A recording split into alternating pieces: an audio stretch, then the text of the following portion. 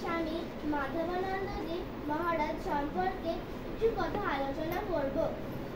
স্বামী মাধবানন্দজির পূর্ব নাম ছিল নির্মল বসু। 1888 সালে 15 ডিসেম্বর শান্তিপুরের এক গ্রামে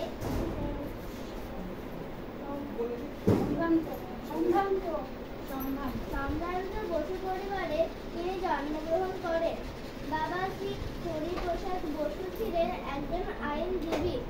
হরিপ্রসাদ বাবু ছিলেন সত্যনিষ্ঠ ও দৃঢ় চরিত্রের অধিকারী একজন ধর্মপ্রাণ পুরুষ। পরবর্তীকালে পিতার এই চরিত্রের এইসব গুণাবলী পুত্রের মধ্যেও সঞ্চারিত হয়। মাতা শ্রীমতী বিন্দুবাসিনী দেবী ছিলেন অত্যন্ত শান্ত প্রকৃতির ও স্নেহশীলা। সেবাবৃত্তির বীজ ছোট থেকেই পুত্রের মধ্যে বপন করেছিলেন। এই সেবা পরায়ণা মা নির্মল ছিলেন বাবা মায়ের জ্যেষ্ঠ সন্তান এবং তার এক ভাই ও 2 বোন ছিল। উল্লেখ্য, তার ছোট ভাই বিমল ও রামকৃষ্ণ মঠের একজন বিশেষ সাধু স্বামী দয়ানন্দ।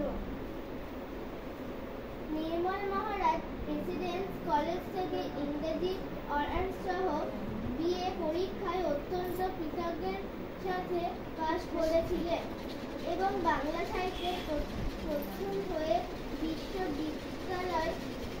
বিশ্ববিদ্যালয়ে বঙ্কিম পদক লাভ করেছিলেন। কিন্তু অধ্যক্ষরি বিদ্যার গৌরবের আকর্ষণকে উপেক্ষা করে পরম সত্যের সন্ধানে সাধু সন্ন্যাসীদের দ্বারে দ্বারে ঘুরে বেরিয়েছিলেন। তার অশান্ত চিত্তকে শান্ত করতে শশী মহারাজ উপদেশ দেন, মায়ের কাছ থেকে দীক্ষা নিয়ে নাও, তাহলেই সব হবে। এইভাবে তিনি লাভ করেছিলেন জগৎ জন্মমাত্রা শ্রী শ্রী সারদা দেবীর চরণ।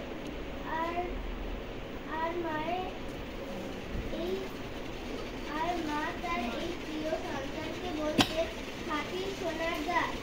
তিনি মঠে যোগদান করতে চাইলে বাড়ি থেকে বাধা আসে এবং 3 বারের চেষ্টায় শেষে মঠে যোগদান করে এবং মায়াবতীর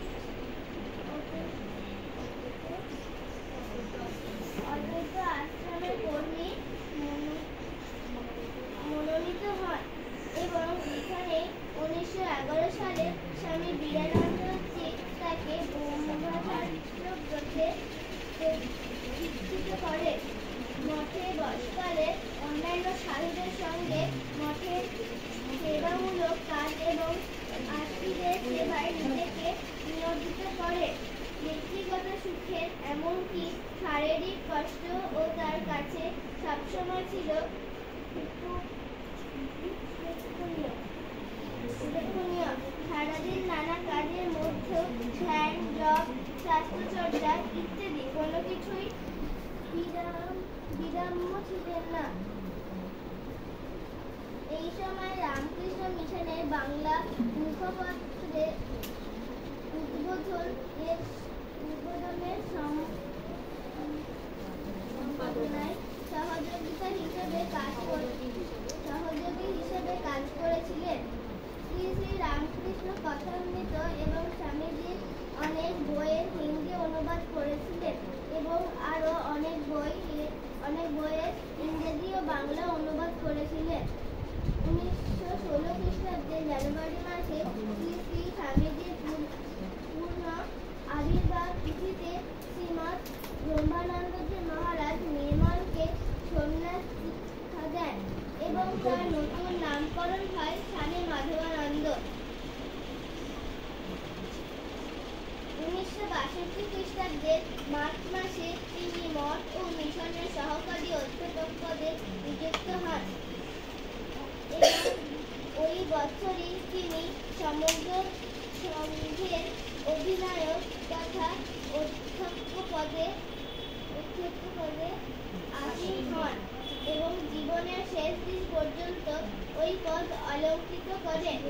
স্বামী মাধবানন্দজির অধ্যক্ষকাল খুব অল্প সময় স্থায়ী হলেও সংঘের ইতিহাসে তা এক উজ্জ্বল ও প্রেরণাময় সময়। অধ্যক্ষ হিসেবে তার সবচেয়ে উল্লেখযোগ্য পদক্ষেপ হল বিশ্বব্যাপী বিবেকানন্দ শতবার্ষিকী উদযাপন। 1963 খ্রিস্টাব্দে 17 জানুয়ারি বেলুড় মাঠের এই উৎসবের উদ্বোধন করে। বেলুড় মাঠে অধ্যক্ষদের মধ্যে তিনি প্রথম ভারতের বাইরে গিয়েছিলেন এবং শ্রী রামকৃষ্ণ বিবেকানন্দ অমৃতবাণী প্রচার করেছিলেন। 1964 সালের পর থেকেই নানা রোগ ব্যাধিতে ভুগে মহারাজের শরীর ভগ্ন হতে থাকে, কিন্তু শারীরিক কষ্ট কখনো তার আধ্যাত্মিক জীবন জপ ধ্যান ঈশ্বর চিন্তায় অন্তরায় হতে পারেনি। অবশেষে 1965 খ্রিস্টাব্দের 6 আগস্ট সন্ধ্যা 6 অক্টোবর সন্ধ্যা 6:50 মায়ের এই প্রিয় সন্তান মায়ের কোলে চিরনিদ্রায় মগ্ন হলেন। শেষবারের মতো মুখে উচ্চারণ হলো, মা, মা গো ধনী।